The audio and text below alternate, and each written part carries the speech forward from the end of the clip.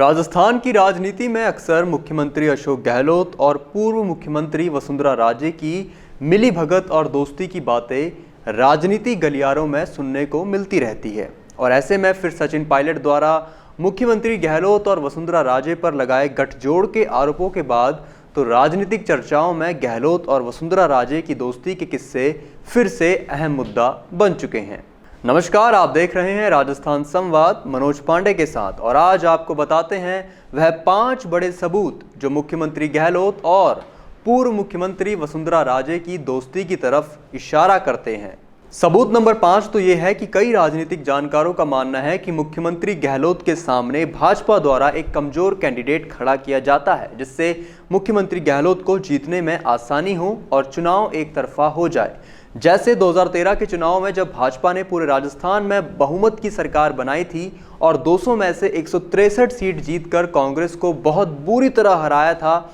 ऐसे वक्त में भी अशोक गहलोत सरदारपुरा सीट से हारे नहीं थे और उन्होंने शंभू सिंह खेतासर को 18,000 वोटों से हराया था और अपनी विधायक की कुर्सी को बचा लिया था। इसके बाद फिर से 2018 के चुनाव में भाजपा द्वारा पिछले चुनाव में 18,000 वोट से हारे शंभू सिंह खेतासर को एक बार फिर टिकट दिया गया और वही हुआ जो लग रहा था। 2018 के चुनाव में भी एक बार फिर शंभू सिंह खेतासर 48,000 वोटों से हार गए और फिर से गहलोत ने अपनी सरदारपुरा सीट को बचा लिया था। अब सवाल ये खड़ा होता है कि क्या 2023 के चुनाव में भी भाजपा द्वारा सरदारपुरा सीट से एक कमजोर कैंडिडेट या शंभू सिंह खेतासर को तीसरी बार फिर से टिकट दिया जाएगा और क्या फिर एक बार मुख्यमंत्री गहलोत सरदारपुरा सीट को बचा लेंगे? यह तो आने वाला वक्त ही बताएगा। सबूत नंबर 4 ये है कि ठीक अशोक गहलोत की तरह ही वसुंधरा राजे के बेटे दुष्यंत सिंह भी लगातार 4 बार झालावाड़ लोकसभा सीट से सांसद चुने गए हैं। 2004 में उन्होंने अपने राजनीतिक सफर की शुरुआत की और कभी हार का मुंह नहीं देखा और इसलिए कई राजनीतिक जानकारों का मानना है कि झालावाड़ 12 के संसदीय क्षेत्र से कांग्रेस द्वारा कोई मजबूत कैंडिडेट नहीं खड़ा किया जाता, जिस वजह से दुष्यंत सिंह लगातार 4 बार वहां से चुनाव जीतते आ रहे हैं। दुष्यंत सिंह ने प्रमोद जैन भाया को 4,53,928 वोटों से हराया था। अब मुख्यमंत्री गहलोत और सांसद दुष्यंत सिंह की हर परिस्थितियों में लगातार जीत का कारण राजनीतिक जानकार गहलोत और वसुंधरा की दोस्ती को मानते हैं। सबूत नंबर 3 ये है कि जहां एक तरफ सुप्रीम कोर्ट के फैसले के बाद उत्तर प्रदेश के पूर्व चीफ मिनिस्टर अखिलेश यादव से उनका सरकारी बंगला खाली करवा लिया गया था, तो यहां दूसरी तरफ राजस्थान में विपक्ष में बैठी पूर्व मुख्यमंत्री वसुंधरा राजे अभी भी उसी सरकारी बंगले में रह रही है जिसमें वह मुख्यमंत्री के पद पर रहते हुए रहा करती थी और कांग्रेस सरकार को 5 साल हो चुके हैं और उनका सरकारी बंगला अभी तक खाली नहीं करवाया गया है। और इसके पीछे का कारण राजनीतिक जानकार गहलोत और वसुंधरा राजे की दोस्ती को ही मानते हैं।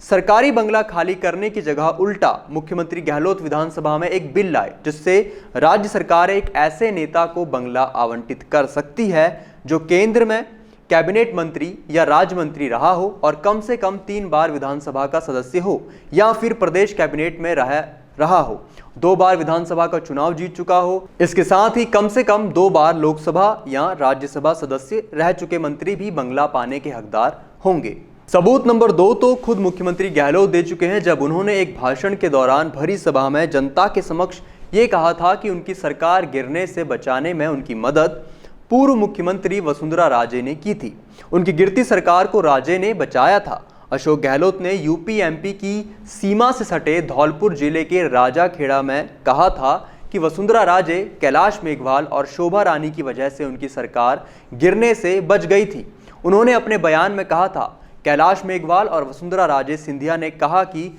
हमारे यहाँ कभी पैसे के बल पर चुनी हुई सरकार गिराने की परंपरा नहीं रही है। आखिर उन्होंने क्या गलत कहा, मैं इसे कभी भूल नहीं सकता। और इस भाषण के बाद से ही मुख्यमंत्री गहलोत और पूर्व मुख्यमंत्री वसुंधरा राजे की दोस्ती के किस्से राजनीतिक गलियारों में फिर से गरमाने लगे थे। सबूत नंबर 1 जो Sachin Pilot live press conference कर बता चुके हैं और अपनी ही सरकार को कटघरे में ला खड़ा कर चुके हैं कि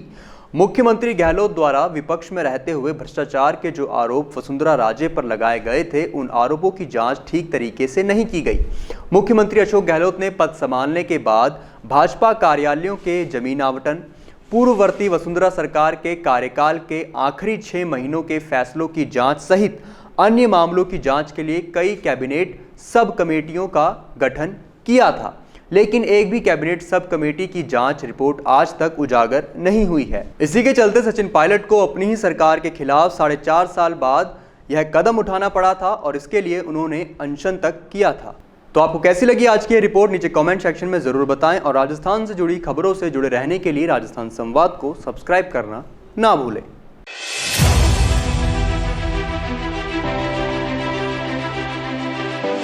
बात चाहे आपके इवेंट्स की कवरेज की हो,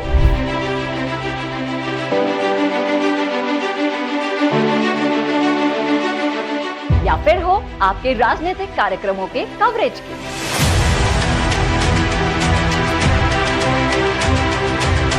बात चाहे हो आपके बिजनेस की अद्भुत शूटिंग और रिपोर्टिंग करके उसे राजस्थान के करोड़ों लोगों तक दिखाने की,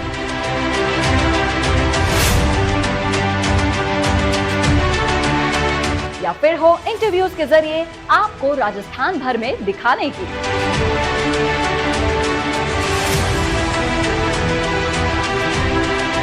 या फिर अपने विज्ञापनों को हर खबर के बाद सबसे किफायती दामों में दिखाने की।